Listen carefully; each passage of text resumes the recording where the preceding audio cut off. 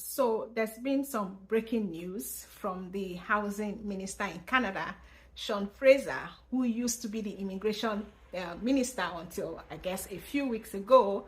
And in an interview, which I'm going to also put here so that you listen to it, he said that there was a housing crisis in Canada, and indeed there is a housing crisis in Canada. And one of the solutions that they are looking at is to put a cap on the number of international students that are allowed into Canada. And the reason is because the number of international students coming into Canada has increased exponentially. And, you know, because of course they are coming with their families and some of them are going to need accommodation, there's now like a housing crisis. People cannot find accommodation for themselves and their families.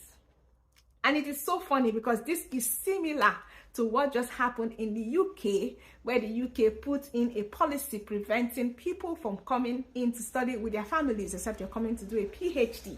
So it's funny that Canada is also following suit in that footstep. Now, this policy has not been implemented, has not been finalized, but the housing minister has hinted that this is one of the maybe low-hanging solutions that they can use to stop this housing issue. So, I mean, it's shocking, but truly there is a housing crisis in Canada and it's getting worse.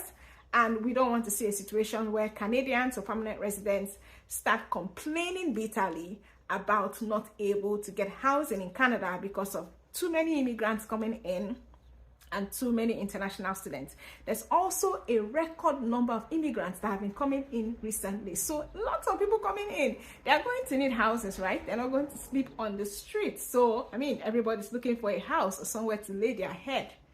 And a lot of these schools, colleges and universities alike, don't have enough accommodation for the students they are bringing in, which is sad. I think that they should have some form of responsibility in ensuring that there's accommodation for the students that they are actually giving admission to. But, well, they don't have that. And in order to solve this problem in the short term, they will put a cap on international students. And you know what that means? That means that the number of visa approvals will drop exponentially, whether you're qualified or not. I mean, the visa officers are allowed to give, I don't know, maybe say they're allowed to give maybe 2 million or study visa applications. So maybe they get to that number, they're going to have to stop. And any other person that, applies after that is going to be refused. It's a sad development, I'm telling you.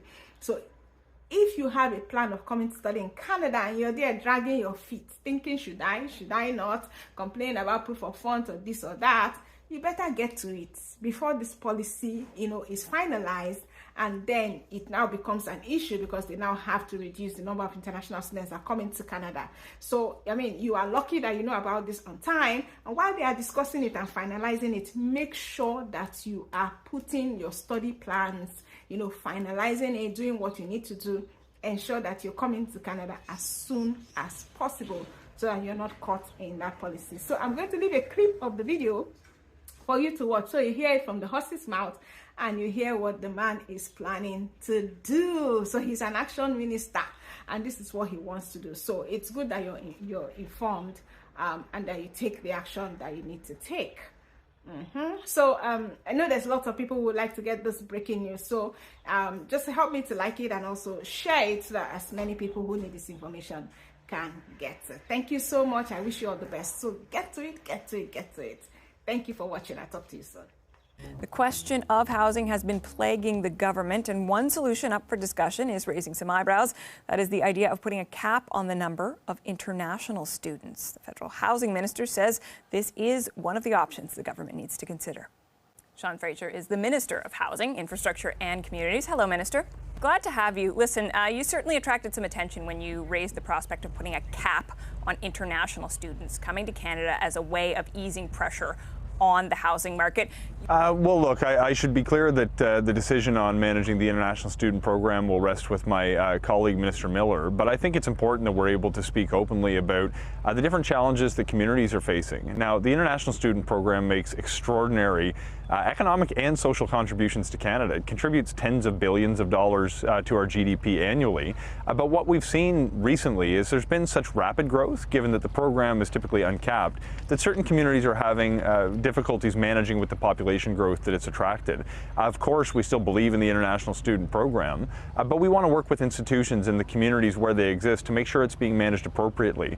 But I don't think anyone disagrees that we need to make sure that we're better aligning our housing, our healthcare, our industrial policy with our immigration policy. As I understand it, the number of international students doubled between 2015 and the end of last year, roughly doubled.